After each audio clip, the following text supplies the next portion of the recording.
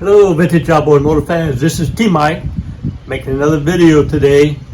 Today's video is going to be on how to change an impeller on a 1957 7.5 horsepower Evinrude model 7522.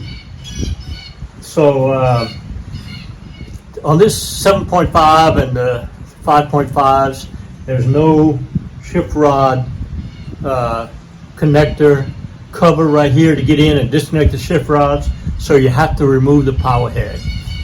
A lot of beginners out there are kind of intimidated by having to remove the power head to get the gear case off to change the impeller, but it's not that difficult. I'm going to spell it out for you really easy right now and show you how it's done. So the first thing we got to do is remove the tower right here that connects the mag plate to the throttle arm. Remove the tower and then remove the fuel line connection. Okay, because the carburetor is tied to this fuel connector right here. So remove those two things. There's 6 bolts. You take off underneath and the power head comes right off.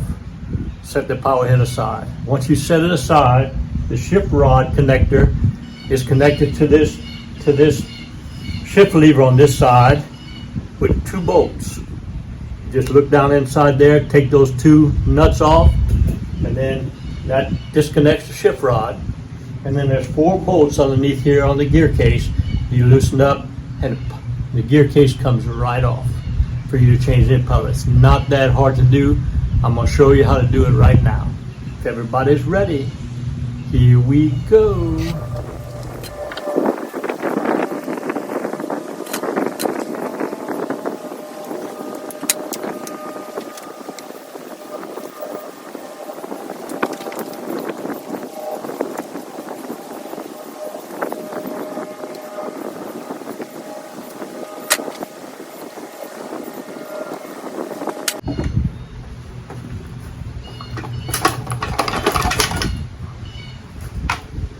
And there you go.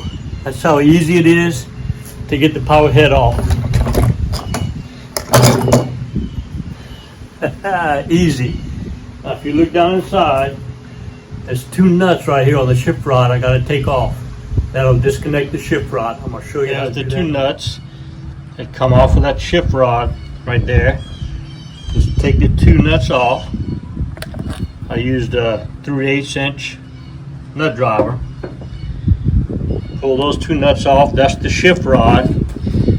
All right, so you've disconnected the shift rod. Now we're going to take these 4 bolts off of the gear case here, and the gear case ought to come right out. Let's go for that.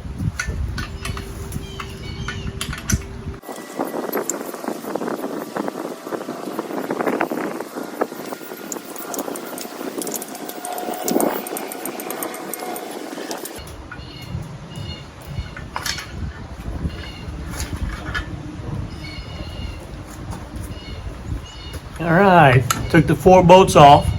There they are. Gear case came right off.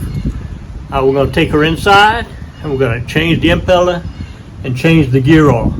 Well, I decided to take a break from changing the impeller and working on this motor. You know, my first passion are these vintage outboard motors, but I do have another passion, and that's fishing. I decided to come out here and give the fishing a try, and I met me some new friends. I caught me a nice limit, largemouth bass. I had a blast, but I'm missing my vintage motor. I think I'm gonna go back and finish the job. All right, well, I'm back from fishing. I really enjoyed that, but time to get back on this impeller change out. So just to show you my setup, I use a C-clamp to hold it in place. I just took a 1-inch cypress board, cut a V in it, screwed it into my bench. I like to set the gear case with it facing me. This is how it sits in the boat, facing me. The reason for that is the drive shaft turns clockwise always. Even in reverse, it still turns clockwise. So facing me like it is right here is going to come into play when we put the new impeller on. So I'm going to lock her down. All right, this is the impeller. Yeah, I sell them in my store. The part number is a Sierra 18-3001. All right, So what we're gonna do, there's 4 screws, 1, 2, 3, 4. Those 4 screws come out. The housing clips right up. Sometimes the impeller comes with the housing, sometimes it stays. Once we did that, we just take the old impeller off, slip the new impeller on. The important thing to remember is that there's a keyway. See that keyway right there? There's a pin stuck in the drive shaft. When you put this on, you have to match that pin up with this. And then when you put this on, I'm gonna set the housing on top. I'm gonna grab the drive shaft, I'm gonna turn it clockwise, because that's how it turns, and push down on the housing at the same time. The fins will bend and it'll sit in there in the right direction. Okay? So if everybody's ready, here we go.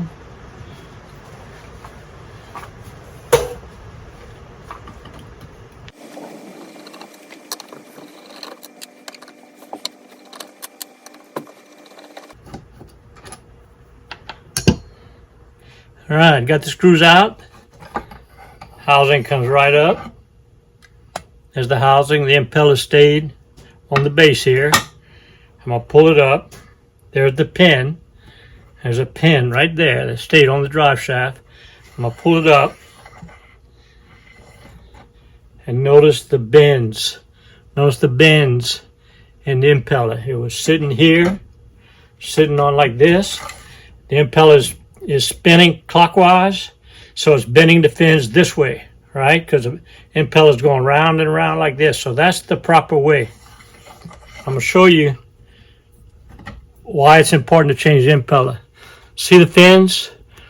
The way this housing is made, believe it or not, it's oblong, okay? This center is further, more distance here than there. And my theory is that when it's spinning around, these fins flip on the wider side. They flip and push the water up. But when they get old, they lose their flip. They don't have no more flip. Look at a new one. A new one flips. See that flip? That pushes a lot more water than this does. So this is a bad impeller. It's still pumping, but it ain't pumping enough water. This one will pump more. So we're going to take a little 3-in-1 oil. I love my 3-in-1 oil. And we're going to rub it up good. Give it a little lubrication. All right. I'm going to line up my drive shaft with the pin. I'm going to show you that. See this pin? This little pin? Sits right in the drive shaft right there. And that's where the impeller slips over. Okay, I like to put the pin facing me. And then I take the keyway facing me and drop it right down on top. And then when I spin the impeller, the drive shaft is turning, so it's caught. Okay? Now, make sure your holes on the plate are lined up. The plate has 4 holes in it for the bolts. Come down with your housing right where it needs to go. All right, and then just take the drive shaft and spin it clockwise. I like to use a towel. Spin the drive shaft clockwise, and the blades turn in the right direction. Housing goes right on top, and your 4 screws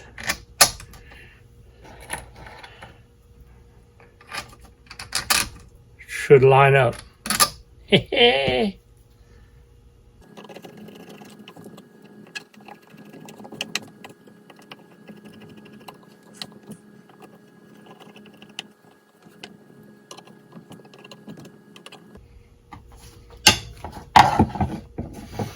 All right, that's how you change the impeller. On all motors, it's pretty much the same. Not hard to do. Now I'm going to take it back outside. I'm going to put the gear case back on the motor, just in the reverse of the way we did it. All right, put the gear case in, make sure the shift lever fits into that receiver on top, and put the 4 bolts in to hold it together, and then put the power head back on. All right, so I'm back outside. Got the gear case.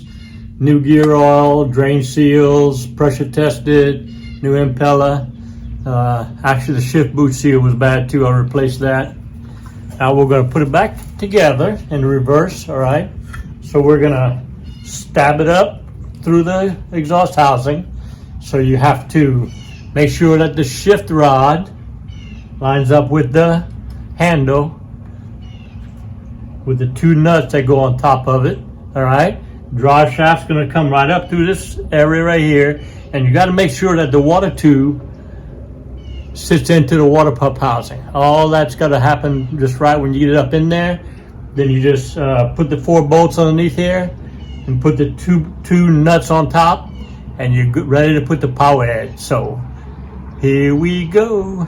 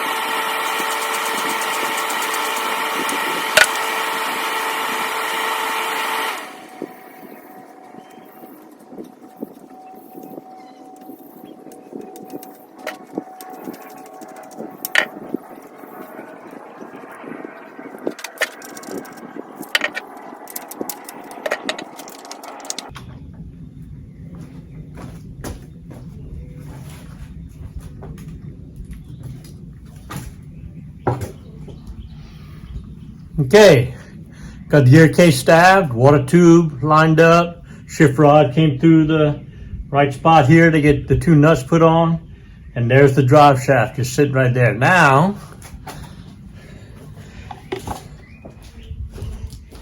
what we have to do,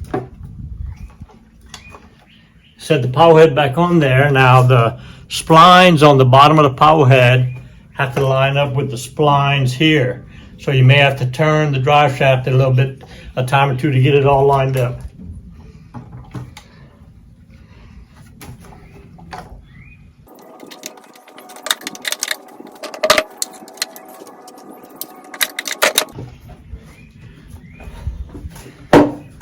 And there it went, slipped right on. So I'm gonna put the 6 bolts that we took off underneath, screw them in from the bottom.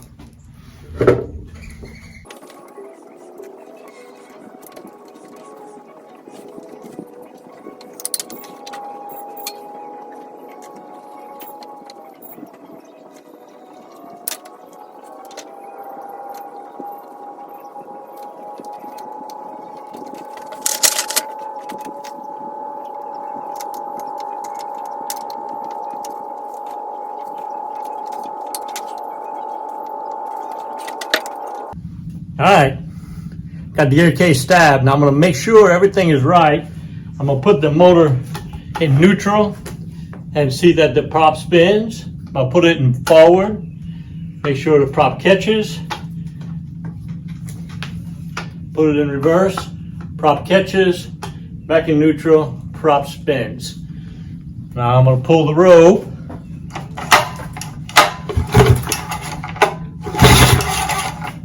And it pulls freely, so everything is matching up right. All right, so now control tower goes back on.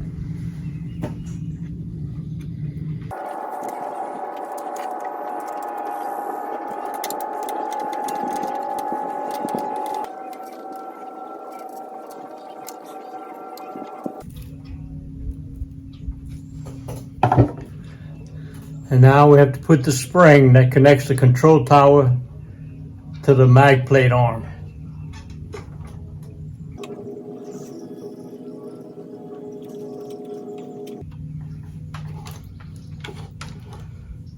All right, and the fuel line has to be connected now from here to here. I'm gonna go get some new fuel line and do that after the video. All right, so there it is. That's how you replace the impeller on this 7.5 horsepower Evinrude. All right, walk you through all the steps. You can do it. Don't let taking the power off intimidate you from doing it. Just follow the video. Keep the requests coming in. I'll keep making videos and we'll keep having fun. Hope y'all enjoyed it. See you next video. As I'm sitting here fishing in my boat, I'm still thinking about the vintage outboard motors.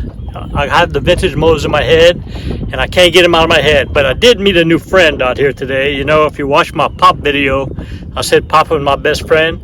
Well, I just met up with a new best friend. A largemouth bass, about 4.5 pounds. He's my best friend. I just caught him and I'm gonna turn him loose, let him live another day. I hope y'all enjoyed the video. See y'all next time.